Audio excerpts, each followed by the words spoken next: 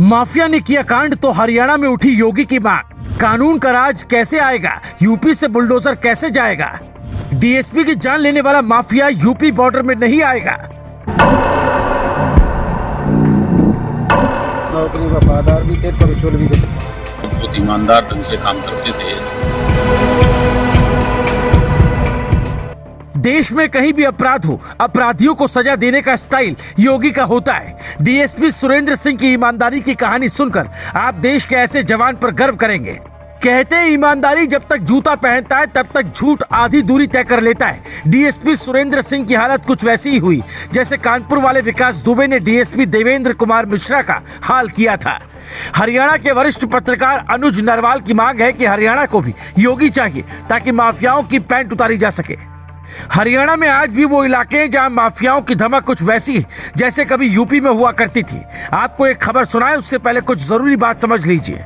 2 बार लगातार हरियाणा के सीएम रहे भूपेंद्र सिंह हुड्डा ने एक बार भारी कार्रवाई की तो हरियाणा के अपराधी भागकर यूपी आ जाते थे।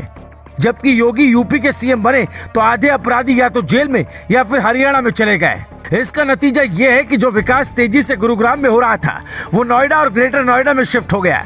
इसलिए आज जब डीएसपी की हत्या हुई तो पूरा हरियाणा बोला या तो योगी चाहिए या योगी स्टाइल में न्याय चाहिए। नूह जिले में अवैध खनन माफिया को रोक लगाने को रोका तो ड्राइवर ने डीएसपी पर डंपर चढ़ा दिया। हालांकि वर्दी पर हमला हुआ तो वर्दीधारी गुस्से में लाल है, लेकिन हरियाणा के सीएम खट्टर योगी की तरह सख्त होते तो आज नतीजे कुछ और होते। ये कोई पहली घटना नहीं है। अवैध खनन को लेकर पुलिस पर हमला तो मजदूरों की दबकर जान जाती रही है। हालांकि हरियाणा सरकार कोई ठोस कदम नहीं उठा पाई, नतीजा डीएसपी की जान चली गई। अब ईमानदारी सुनिए। डीएसपी सुरेंद्र सिंह ने पहले खनन माफियाओं को रोका तो नहीं माने, तो डीएसपी ट्रक रोकने के लिए डंपर के सामने खड़े हो गए। उन्हें लगा होगा डंपर ड्राइवर रोक देगा, लेकिन ऐसा नहीं हुआ। जमीन पर पड़े डीएसपी को देखकर सबका दिल पसीज गया। हरियाणा के सीएम मनोहर लाल खट्टर को राजनीतिक अनुभव न होने के बाद भी मोदी ने उन्हें सीएम बनाया, तो आज नतीजे आपके सामने हैं।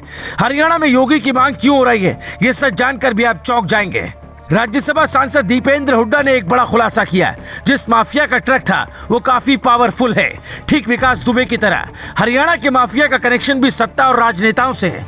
यही कारण है कि वहाँ योगी स्टाइल की मांग हो रही है, क्योंकि विकास दुबे के कई रिश्ते योगी सरकार के नेताओं, अधिकारियों और मंत्रियों से थे, लेकिन उसे कोई बचा नहीं पाया।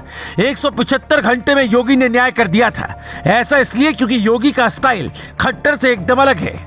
हरियाणा में मनोहर लाल खट्टर सीएम बने तभी खनन कानून लचीला बना दिया गया, जबकि योगी ने सख्त कर दिया।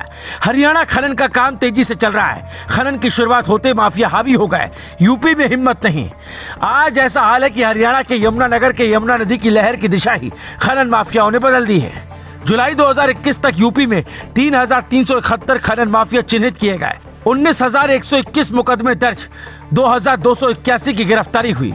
यूपी में अब भी खनन माफिया सक्रिय तो हैं, लेकिन टेबल के नीचे अधिकारियों के साथ मिलकर वो ऐसा कर पाते हैं। उधर हरियाणा में सरकार को ललकार कर डीएसपी की हत्या की जाती है और माफिया आज भी खुलेआम घूम रहा है। Supreme court, NGT, high court, अधिकारी, सरकार, मोदी तक की शिकायत बार बार पहुंची, लेकिन नतीजा ढाक के 3 पात। खनन रोकने के लिए भिवानी महेंद्रगढ़ बीजेपी सांसद धर्मवीर सिंह ने मोदी सरकार को चिट्ठी लिख शिकायत की थी। ऐसी तस्वीर सिर्फ हरियाणा में नहीं है, बल्कि मध्य प्रदेश और बाकी राज्यों में भी है। कहा जाता है कि खनन माफियाओं के पीछे सत्ताधारियों का हाथ होता है। ये छवि सब तोड़ नहीं पाते। योगी ने सत्ता संभालने के बाद ये छवि तोड़ी है। इसलिए हरियाणा में डीएसपी का परिवार, वहां की जनता योगी की मांग कर रही है।